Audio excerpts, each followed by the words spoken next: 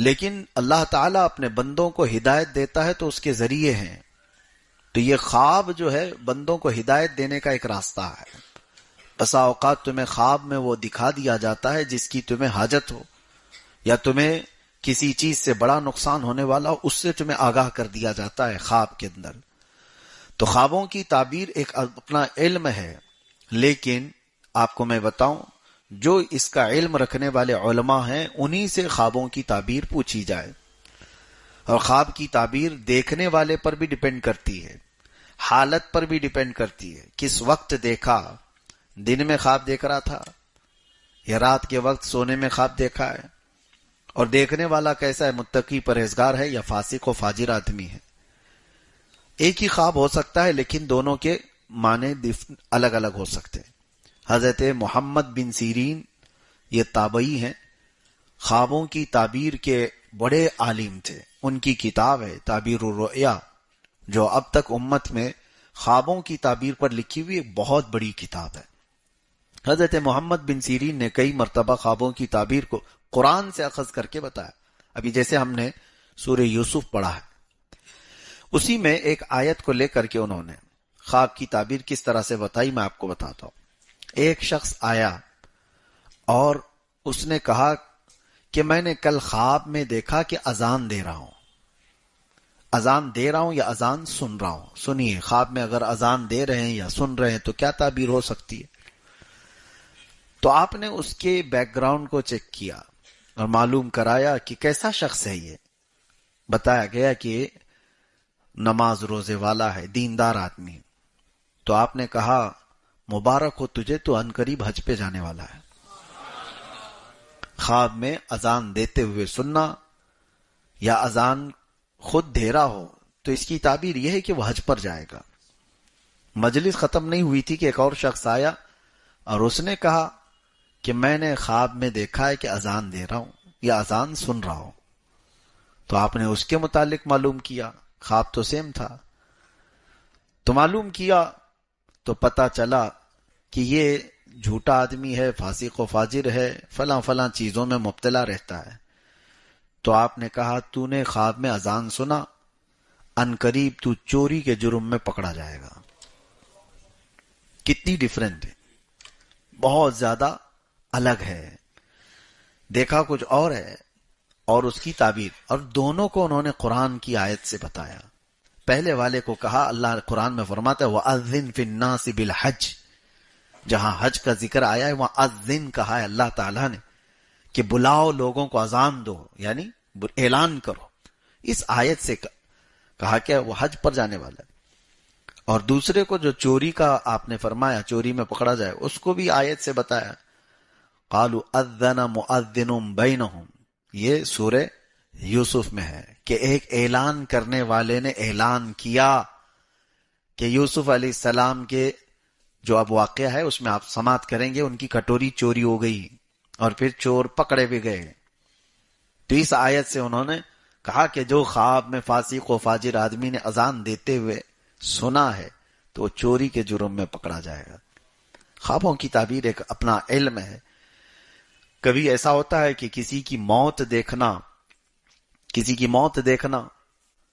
وہ اس کی زندگی کی علامت ہے، اس کی لمبی عمر کی علامت ہے. مجھے آج آپ کے سامنے میں شیئر کرتا ہوں خوابوں کی تعبیر، کیونکہ چلتے پھرتے رہتے ہیں تو وقت نہیں ملتا بہت ساری چیزوں کو دیکھنے کا، اور کبھی کبھار ایسا ہوتا ہے کہ خواب آدمی بھول جاتا ہے. مجھے بات یاد آتی ہے، کچھ بزرگ جو انتقال کر چکے وہ اگر آئے ہیں ملاقات کرتے ہیں، ہنسی خوشی بات چیت ہو رہی ہے، یہاں تک تو ٹھیک ہے، لیکن گلے ملتے ہیں جو انتقال کر چکے. ہم تو اچھا ہی سمجھتے ہیں، انتقال کیے ہوئے ہمارے باپ ہیں، چاچا ہیں، کوئی بھی ہیں. وہ تو مجھے کافی دنوں کے بعد میں خواب کی تعبیر دیکھا تو پتا چلا کہ مرے ہوئے پرانے لوگ اگر گلے مل لیں تو اس کے جیل جانے کا اندیشہ ہے، اس کے جیل میں قید ہونے کا اندیشہ ہے. خوابوں کی تعبیر ایک بڑا علم ہے.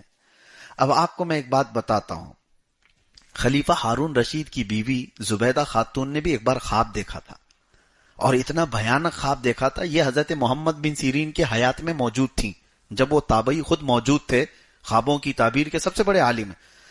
تو زبیدہ خاتون نے خواب یہ دیکھا کہ اجتماعی طور پر بہت سارے لوگ ان کی عزت لوٹ رہے ہیں، عصمت دری ہو رہی ہے۔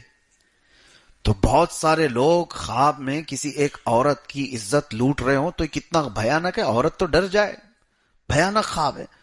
صبح اٹھی تو پریشان ہوئی، کس سے خواب کی تعبیر پوچھوں۔ اس نے زبیدہ خاتون نے بتانے کو بھی شرم محسوس کیا کہ کیسے میں کسی کو بتا سکتی ہوں کہ خواب میں میرے سارے مرد حضرات عزت لوٹ رہے تھے۔ تو اپنی ایک خادمہ سے زبیدہ خاتون نے کہا کہ جاؤ حضرت سیدنا محمد بن سیرین کے پاس اور جا کر کے ان سے کہنا کہ تو نے خواب دیکھا، توجہ چاہتا ہوں، تو نے خواب دیکھا کہ بہت سارے مرد میری عزت لوٹ رہے تھے۔ کیسے کہے گی وہ بادشاہ کی بیوی نے ایسا گندا خواب دیکھا ہے؟ تو نے دیکھا یہ کہنا، اور کیا خواب کی تعبیر بتاتے ہیں وہ آ کر مجھے بتانا۔ لوگ ہمارے پاس بہت آتے ہیں، ان کو پوچھنا ہوتا ہے اپنی بیوی کے بارے میں، لیکن وہ کہتے ہیں میرے دوست کی بیوی کو ایسا مسئلہ ہے۔ کوئی بات نہیں، آپ کی دوست کی بیوی کا بھی ہم جواب دیتے ہیں۔ اگر ایسا کوئی پوچھنا چاہتا ہے تو کوئی حرج نہیں ہے، حیا کی وجہ سے۔ خود کی بیماری کو بھی اگر کسی دوسرے پہ ڈال کے پوچھتا ہے میرا دوست ہے اس کو ایسا پرابلم ہے، کوئی بات نہیں، آپ کو بھی ہو سکتا ہے۔ تو ہمیں اتنا تو اندازہ ہوتا ہے۔ تو یہ زبیدہ خاتون نے بھیجا اپنی خادمہ کو یہ کہہ کر کے تو بول کہنا کہ تو نے خواب دیکھا ہے۔ اب ہوتا کیا ہے سنیے، ایسے خوابوں کو آپ ہمارے پاس مت بھیجنا۔ وہ خادمہ تو گئی حضرت محمد بن سیرین کے پاس، وہ چلتے پھرتے آدمی نہیں تھے، خوابوں کی تعبیر کے بڑے عالم تھے۔ کہا کہ حضور ایک بڑا بھیانک خواب میں نے دیکھ لیا کل۔ کہا کیا دیکھا؟ کہا بہت سارے مرد میری عزت لوٹ رہے تھے، میں ڈر گئی صبح اٹھ کر کے۔ تو آپ نے پوچھا اچھا کیا کام کرتی ہوں؟ تو اس نے کہا میں خادمہ ہوں، کنیز ہوں محل میں۔ تو آپ ہنسنے لگے، جھوٹ بول رہی ہے، تو یہ خواب دیکھ ہی نہیں سکتی، تو نے یہ خواب دیکھا ہی نہیں، جھوٹ کیوں بول رہی ہے؟ اس نے کہا آپ کو کیسے پتا؟ کہا پتا ہے، تو خدمت کرنے والی باندی ہے اور یہ اس قسم کا خواب تو نہیں دیکھ سکتی۔ تو اس نے کہا اچھا چھوڑیے، کوئی بھی بات ہو، کوئی بھی دیکھا ہو۔ کہا کون دیکھا ہے بتاؤ۔ پھر اس خادمہ نے بتا دیا کہ خلیفہ ہارون رشید کی بیوی ملکہ زبیدہ نے خواب دیکھا۔ تو حضرت محمد بن سیرین نے کہا ڈرنے کی بات نہیں، جاؤ اس خواب کی تعبیر اتنی اچھی ہے کہ جا کر اپنی خاتون سے کہو عنقریب وہ ایک ایسا کام کرے گی جس سے پوری امت نفع اٹھائے گی، امت کا ایک بہت بڑا حصہ اس سے فائدہ اٹھائے گا۔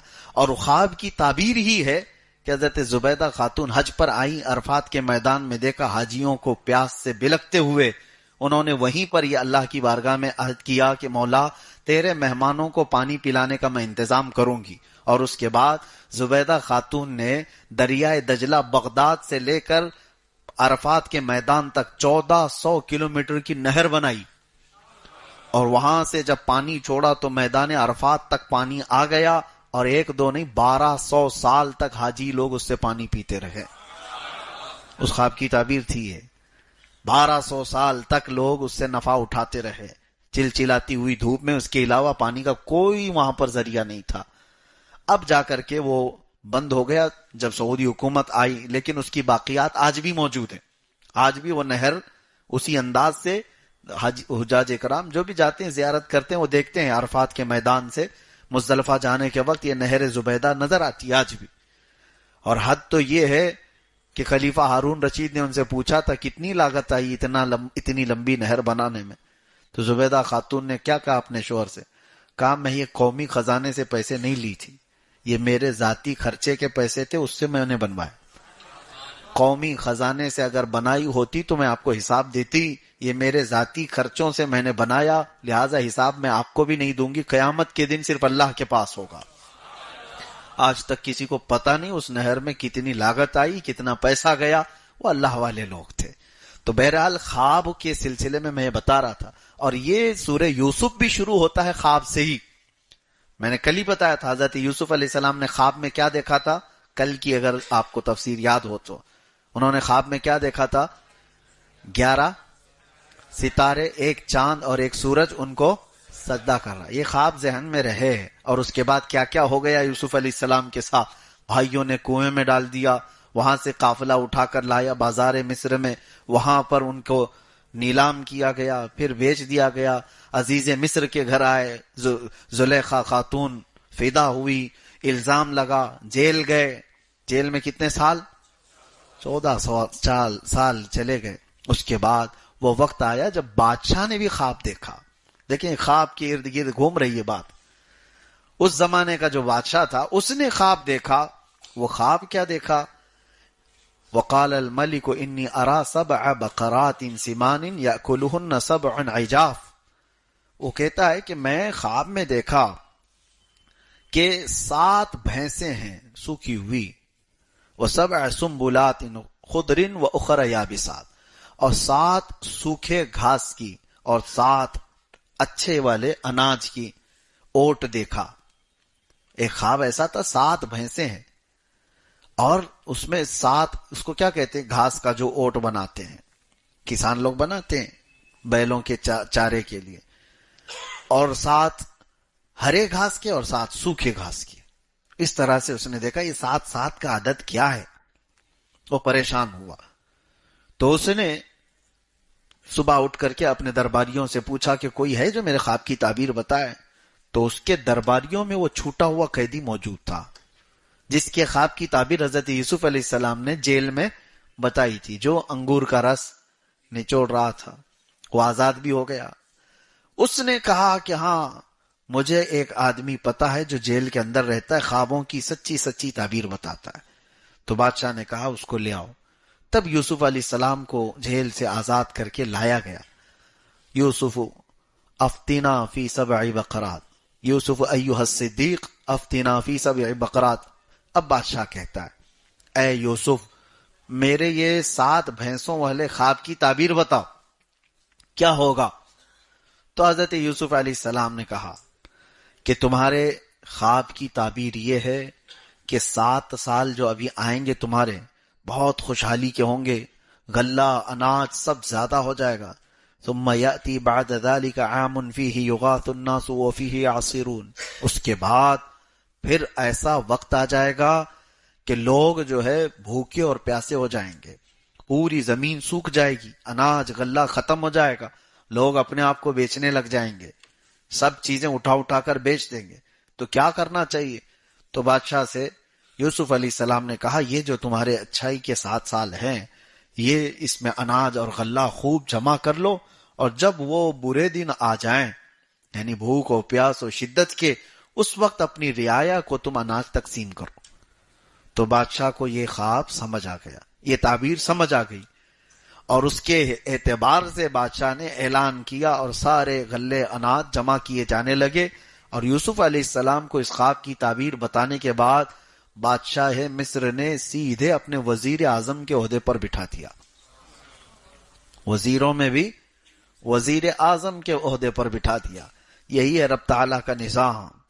گھر سے نکلے، قافلے میں گئے، کنویں میں ڈالے گئے، بازار میں بیچے گئے، پھر جیل میں ڈالے گئے، اور اس کے بعد سیدھے رب تعالیٰ کہاں وہ اتنا بلند مقام کے وزارت عظمیٰ پر بٹھا دیا. اور اللہ فرماتا ہے وَكَذَلِكَ مَكَّنَّا لِيُوسُفَ فِي الْأَرْضِ، ہم نے زمین پر یوسف کو قوت بخشی.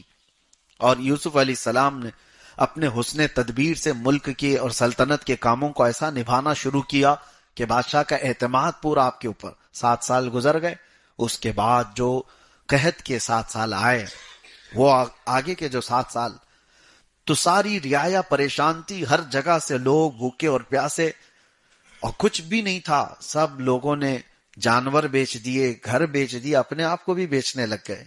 تبھی اعلان ہوا کہ لوگوں کی ضروریات کے لیے شاہی خزانے سے غلہ دیا جائے گا. جو جس گھر میں اب راشن تقسیم ہوتا ہے، جس گھر میں جتنے لوگ ہیں اتنا راشن لے کے جاؤ. اعلان ہو گیا، ہر جگہ سے لوگ اناج غلہ لینے کے لیے آئے. یہ وہ زمانہ ہے جب یہ شدت بھوک اور قحط سالی کی وجہ سے سارے لوگ پریشان تھے، تو یوسف علیہ السلام کے وہ 10 بھائی، ان کا کیا ہوا؟ وہ حضرت یعقوب علیہ السلام کی ناراضگی ہی مول لے کر جی رہے تھے۔ یعقوب علیہ السلام کا حال یہ تھا کہ اپنے بیٹے کی جدائی کے غم میں روتے روتے ان کی آنکھیں چلی گئی تھی۔ نبی تھے یعقوب علیہ السلام، لیکن یوسف علیہ السلام سے بے انتہا محبت کرتے تھے، اور اتنا غم تھا آپ کو کہ آپ کی بینائی چلی گئی۔ تو اللہ تبارک و تعالیٰ نے حضرت یعقوب علیہ السلام کے دل کو سکون دینے کے لیے ایک اور بیٹا عطا کیا یعقوب علیہ السلام کو، جن کا نام بنیامین رکھا گیا۔ بنیامین، یوسف علیہ السلام کے جانے کے کئی سالوں بعد بنیامین پیدا ہوئے، اور حضرت یعقوب علیہ السلام اب یوسف علیہ السلام کے مقام پر بنیامین کو زیادہ پسند کرتے تھے، اپنے قریب رکھتے تھے، ان سے محبت کرتے تھے، جیسے یوسف علیہ السلام کے ساتھ تھا۔ بہرحال اب غلہ اور اناج جب بٹنے کی بات آئی تو یہ 10 بھائیوں کو بھی حضرت یعقوب علیہ السلام نے کہا، جاؤ بادشاہ مصر غلہ اور اناج تقسیم کر رہا ہے، تم لوگ بھی اپنے حصے کا لے آؤ۔ یہ 10 لوگ نکلے اور آئے۔ ان کو تو خبر ہی نہیں ہے یوسف کہاں ہیں، یہ تو کنویں میں ڈال کر ختم سمجھ رہے تھے، ان کی زندگی کا خاتمہ سمجھ بیٹھے تھے۔ اس کنویں سے، زہریلے کنویں سے بھلا زندہ کون نکلے گا جس میں یہ لوگ ڈال کے آئے تھے؟ لیکن اللہ جہاں سے چاہے نکالے۔ اب یہ 10 آئے اور غلہ جب تقسیم ہو رہا تھا تو یہ لوگ جیسی آئے، حضرت یوسف علیہ السلام نے ان کو دیکھا، دیکھتے ہی پہچان لیا، اور ان لوگوں نے حضرت یوسف علیہ السلام کو نہیں پہچانا۔ بادشاہ وقت کا وزیر اعظم ہے، اتنے بڑے مقام پر ہے۔ حضرت یوسف علیہ السلام نے ان کو دیکھا، اور یوسف علیہ السلام کو معلوم تھا کہ ایک اور بھائی میرا چھوٹا یعقوب علیہ السلام کا نور نظر بن چکا ہے، بہت عزیز ہے۔ تو حضرت یوسف علیہ السلام نے ان سے کیا کہا؟ ہم تمہیں غلہ نہیں دیں گے۔ تمہارے گھر میں کتنے لوگ ہیں؟ کہا 10 اور ایک ہمارا بھائی۔ کہا جاؤ اس کو بھی لے آؤ، اس کو لے کر کیا ہو؟ انہوں نے کہا نہیں، اس کو ہمارے ابا نہیں بھیجیں گے۔ کہا کیوں نہیں بھیجیں گے؟ کہا اس سے پہلے ہمارا ایک بھائی ایسے ہی غائب ہو گیا، اس کے ساتھ حادثہ ہوا، فلاں فلاں سب۔ وہ کس کو کہہ رہے ہیں؟ یوسف علیہ السلام کو کہہ رہے ہیں۔ اور کہا کیا وہ اب ہمارے والد کا نور نظر ہے، اس کو ہم نہیں لا سکتے۔ تو حضرت یوسف علیہ السلام نے کہا میں بھی اس وقت تک تمہیں غلہ نہیں دوں گا جب تک اس بھائی کو نہیں لاؤ گے۔ اب کیسے لائیں؟ تو اس کے بعد حضرت یوسف علیہ السلام نے ان کو واپس بھیجا۔ وہ گئے روتے گڑ گڑاتے اپنے ابا سے کہنے لگے، بادشاہ مصر کا جو وزیر اعظم ہے وہ بڑا سخت ہے، وہ کہتا ہے جب تک چھوٹے بھائی کو نہیں بھیجیں گے وہ دے گا نہیں۔ حضرت یعقوب علیہ السلام جلال میں آ گئے اور کہا اس سے پہلے بھی تم لوگوں نے ایسی ہیلے بہانے کر کے مجھ سے یوسف کو دور لے کے، اور کچھ وہاں ان کے ساتھ غلط ہوا، میں نہیں چاہتا کہ میرے اس چھوٹے سے بیٹے کو بھی تم لوگ کچھ کرو۔ انہوں نے قسمیں کھائی، قدموں پہ گرے اور کہا کہ ہم سے جو خطا ہوئی، اتنے سالوں سے ہم آپ کی ناراضگی مول لیے ہوئے ہیں، ہرگز ایسا نہیں ہوگا، پوری ان کی حفاظت کریں گے، ان کے بغیر تو بادشاہ ہمیں کچھ دینے کو راضی بھی نہیں۔ حضرت یعقوب علیہ السلام نے ان کو بھیج دیا، چھوٹے بیٹے کو بھی، بنیامین کو لے کر کے 10 بھائی آئے۔ تو حضرت یوسف علیہ السلام نے سب کو دیکھا، اور اس کے بعد غلہ جب تقسیم کر رہے تھے، سونے کی کھٹوری سے اناج دیا جاتا تھا۔ یوسف علیہ السلام نے اپنے چھوٹے بھائی کے جھولے میں وہ سونے کی کھٹوری ڈال دی، اور اس کے بعد سب کو بھیج دیا۔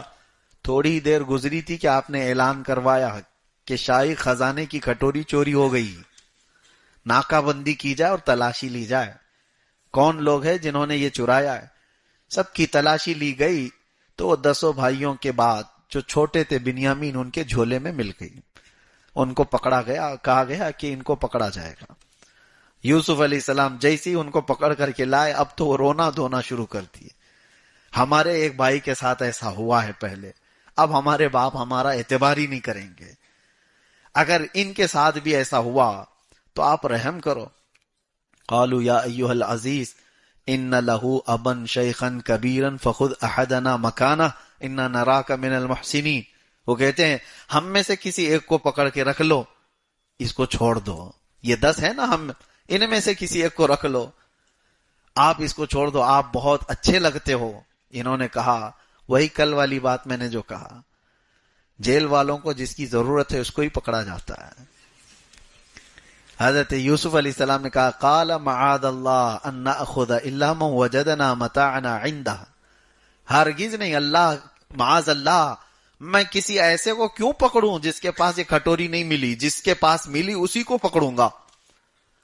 اب وہ پریشان ہو گئے، کیا کریں گے، ہمارے باپ غم سے ختم ہو جائیں گے، انتقال ہو جائے گا۔ تو یہ باتیں چل رہی تھی۔ حضرت یوسف علیہ السلام نے پھر ان سے کہا کہ جاؤ تمہارے والد کو بھی لے آؤ۔